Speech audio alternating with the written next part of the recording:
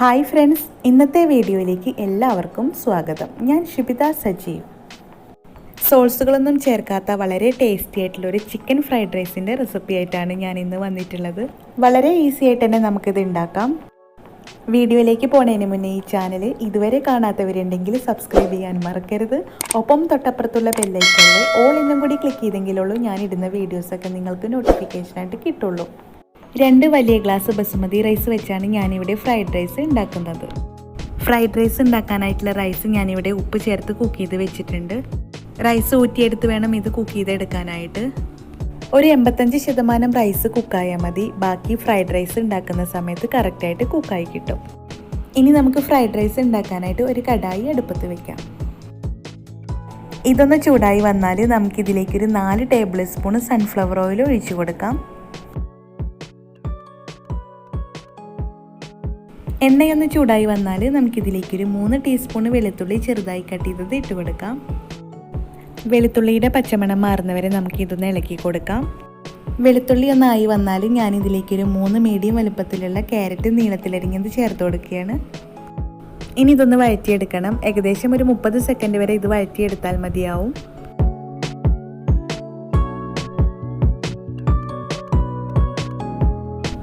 ഇനി ഇതിലേക്ക് നമുക്ക് ചെറിയ കഷ്ണം കാബേജ് നീളത്തിൽ കട്ട് ചെയ്തത് ഇട്ട് കൊടുക്കാം. ഇനി നമുക്ക് കാബേജ് ജസ്റ്റ് ഒന്ന് വഴറ്റിയെടുക്കണം.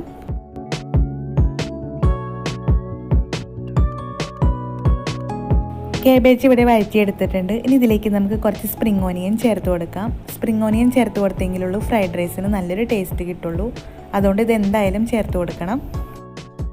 ഇനി ഇതെല്ലാം ഒന്ന് മിക്സാക്കി എടുക്കാം. അതിനുശേഷം നമുക്കിതിലേക്കൊരു മീഡിയം വലുപ്പത്തിലുള്ള ക്യാപ്സിക്കം നീളത്തിൽ കട്ട് ചെയ്തത് ഇട്ട് കൊടുക്കാം.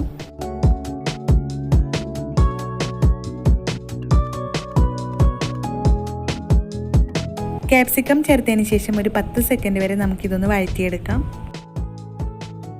ഇനി ഞാനിതിലേക്ക് നേരത്തെ കുക്ക് ചെയ്ത് വെച്ച റൈസ് ഇട്ട് കൊടുക്കുകയാണ്. ഹൈ ഫ്ലെയിമിലിട്ട് വേണം റൈസ് ഇട്ട് കൊടുക്കാനായിട്ട്. കുറച്ച് ഇട്ട് കൊടുത്തതിന് ശേഷം നമുക്കിത് ഇളക്കി കൊടുക്കാം.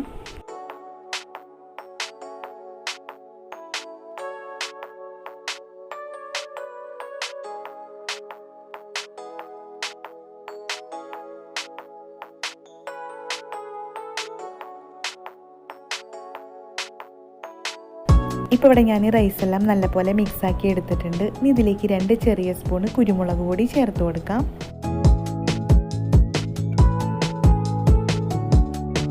പിന്നെ ഇതിലേക്കൊരു 3 ടീസ്പൂൺ വിനെഗർ ഒഴിച്ചു കൊടുക്കാം. അതിനുശേഷം ഇതൊന്നും കൂടെ ഒന്ന് മിക്സാക്കി എടുക്കണം.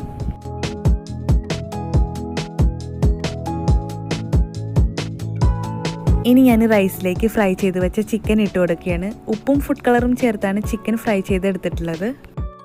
ഇതിൻ്റെ കൂടെ തന്നെ നമുക്ക് 3 മുട്ട ഫ്രൈ ചെയ്തതും ഇട്ട് കൊടുക്കാം. ഉപ്പും മഞ്ഞൾപ്പൊടിയും ചേർത്താണ് ഞാനിവിടെ മുട്ട ഫ്രൈ ചെയ്തെടുത്തിട്ടുള്ളത്. ഇനി ഇതെല്ലാം ഒന്ന് നന്നായി മിക്സാക്കി എടുക്കാം.